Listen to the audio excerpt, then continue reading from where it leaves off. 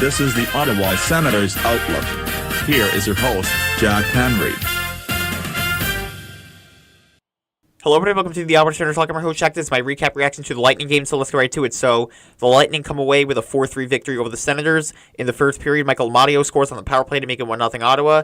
And then in the second period, Luke Glendening ties it up at 1. Nikita Kucherov scores on the power play to make it 2-1 Tampa Bay. And then Claude Giroux ties it up at 2, and that's all you get after the second period. So, it is a 2-2 hockey game after 40 minutes. In the third period, Brendan Hagel scores an unassisted goal to make it 3-2, and then Ryan McDonough with an empty net goal to make it 4-2, but then Drake Batherson scores to make it 4-3. Not enough. That's your final score. So the goaltending matchup, like I said in my preview video, was Andrei Vasilevskiy versus Ullmark. Ullmark actually had a very solid game in this one, stopping 34 of 37 for a .919 save percentage, and Andrei Vasilevskiy stopping 25 of 28 for an .893 save percentage. So based off that, you can pretty much tell that the Lightning were pretty dominant on the offensive front of this game. The Senators really were pretty much outmatched offensively. Like, there's no other way to put it. The defensive presence for both of these teams, I would say, was pretty even because both teams gave up 3 legitimate goals. Obviously, one of the goals for Tampa Bay was an empty net goal before Drake Batherson scored. So I'm not really going to say the defense was too much of a problem. I would say overall, though, there were some goals where they could have definitely been prevented, especially from a specific defenseman named Travis Hamonic. I'm not going to get too much into him because my thoughts are pretty much what all of you guys are thinking, so I'm not going to really get into him. There is one more player that I do want to talk about, and I'll get to him in a few minutes. Bottom line, what happened is what I thought would happen. I said the defensive stats were pretty much even, but Tampa Bay had the better numbers offensively, and based off Tampa's defense, they would have been able to neutralize Ottawa's offense, and their offense would have been able to neutralize our defense. I think Tampa Bay did a much better job neutralizing us, and Tampa Bay was going to win a close game, which is literally what I said. So I pretty much predicted this game in my preview video, if you want to consider it that way. The goal that Ryan McDonough scored, the empty netter, I mean, people are really kind of like ripping Tim Stützle for it.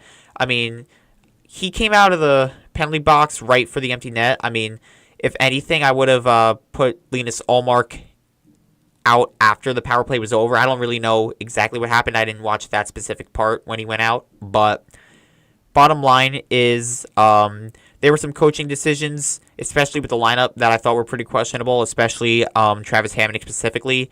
But I'm going to get to the player that I want to really critique more than anyone, and that is Drake Batherson, because he's pretty much a one-trick pony, and all of you know this. His only trick that he's good at is offense, and he's been slumping offensively. He's only had, I think 2 or 3 goals since this past December, so, I mean, there's nothing really much to say for him. I mean, he's a black hole on defense, and he's making $5 million. If he's not scoring, he's a black hole on the ice. There's no other way to put it. And it felt like he was pretty non-existent out there until he scored a cute late goal, which was a common theme for the Senators earlier in the year.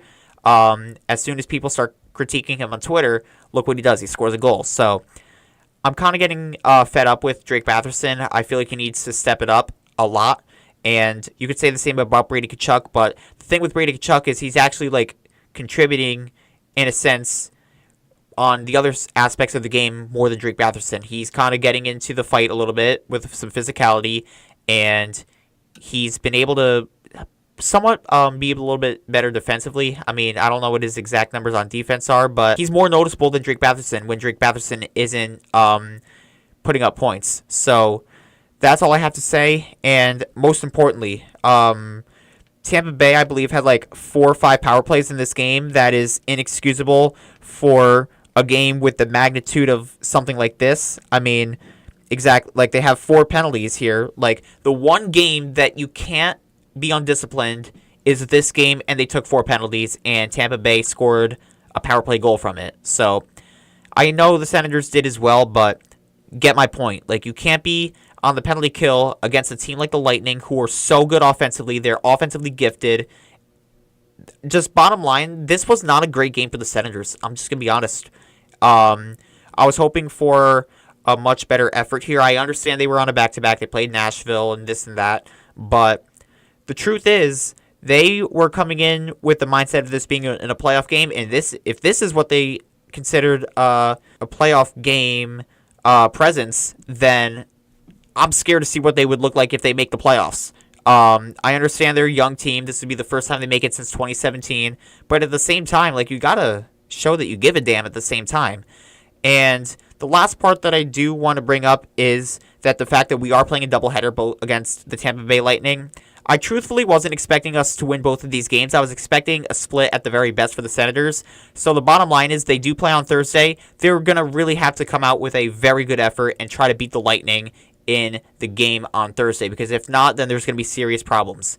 The Boston Bruins beat the Minnesota Wild, so they're up at 60 points now. The Detroit Red Wings, as of the time I'm recording, are playing, and they're up 2-1 at the end of the first period. So they could very well beat the Seattle Kraken, because the Kraken are not that good of a team this year. And you have the Tampa Bay Lightning, who are now 2 points back on us with 2 games in hand. So the Senators are in a bit of trouble here if they don't beat the Lightning on Thursday. They also have the Florida Panthers, and then it's the Four Nations face-off. So bottom line, the Senators are going to be in a big hole if they can't come away with a win on Thursday. So that's all I have to say for this game. I'll let you give your thoughts in the comment section below. But with the loss, the Senators are 29-21-4, so they're stuck at 62 points. Meanwhile, with the win, the Lightning are now 28-20-4. They have a total of 60 points. So, like I just said a second ago, give me your thoughts on this game. I will see you for the preview for the second Lightning game coming out Thursday at midnight, so be on the lookout for that. Like and subscribe. But for now, this is Jack Miguel Outlook, and go Sens go.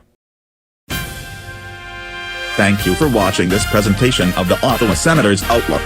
For more of this podcast, click on the videos on the left, and subscribe by clicking on the icon on the right. Thank you.